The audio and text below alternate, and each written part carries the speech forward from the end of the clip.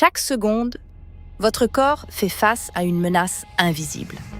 Pas de monstres ni de soldats, mais des milliards de bactéries, de virus et de champignons, prêts à envahir, coloniser et utiliser vos ressources. Imaginez une journée ordinaire. Vous marchez, puis un clou rouillé vous blesse.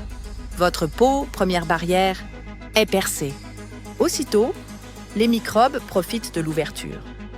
Ils pénètrent, s'installent, se multiplient à une vitesse vertigineuse, doublant leur nombre toutes les 20 minutes.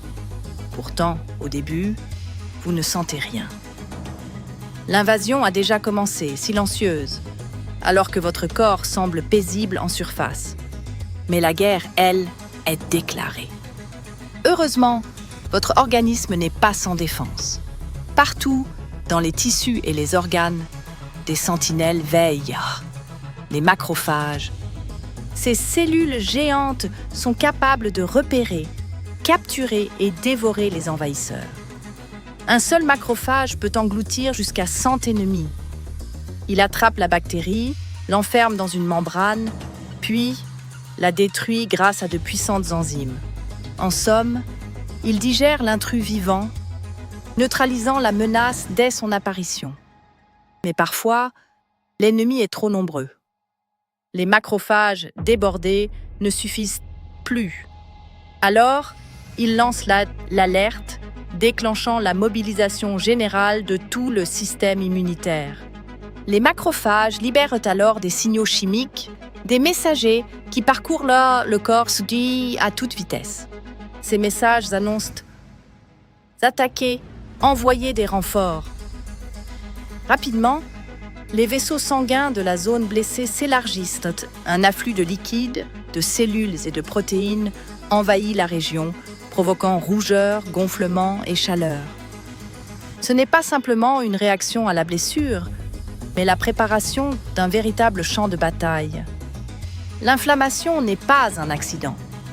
C'est une stratégie, un appel aux armes pour tous les défenseurs du corps. Les renforts ne tardent pas à arriver.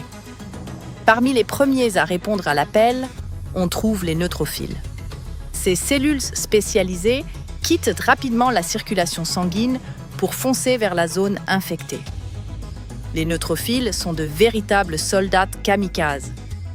Ils attaquent les bactéries avec une force redoutable, parfois au détriment des cellules saines environnantes.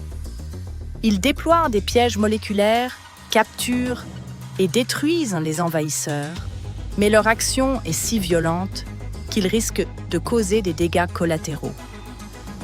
Pour limiter les dommages, votre corps programme leur mort après quelques jours. Ainsi, même dans la défense, le système immunitaire reste prudent et contrôlé. Mais si l'infection persiste, une nouvelle unité entre en scène, les cellules dendritiques. Leur mission n'est pas de combattre directement, mais d'identifier l'ennemi. Elles récupèrent d'enfants des fragments de bactéries, les analysent, puis exposent donc ces morceaux à leur surface comme des portraits de robots. Ensuite, elles migrent vers les ganglions lymphatiques, véritable centre de commandement du système immunitaire. Là, elles s'apportent présent dans l'identité de l'envahisseur à d'autres cellules spécialisées. C'est une étape cruciale. Sans identification précise, il est impossible de déclencher une contre-attaque ciblée et efficace contre l'intrus. Dans les ganglions lymphatiques, des milliards de lymphocytes T attendent, chacun doté d'une configuration unique. Les cellules dendritiques présentes dans l'ennemi et la recherche de la clé parfaite commence. Seul le lymphocyte T, dont la structure correspond exactement à l'intrus, sera activé.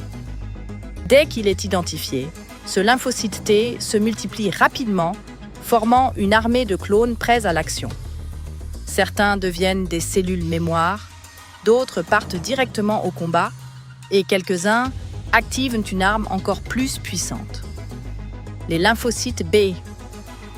La riposte organisée du système immunitaire se met alors en place.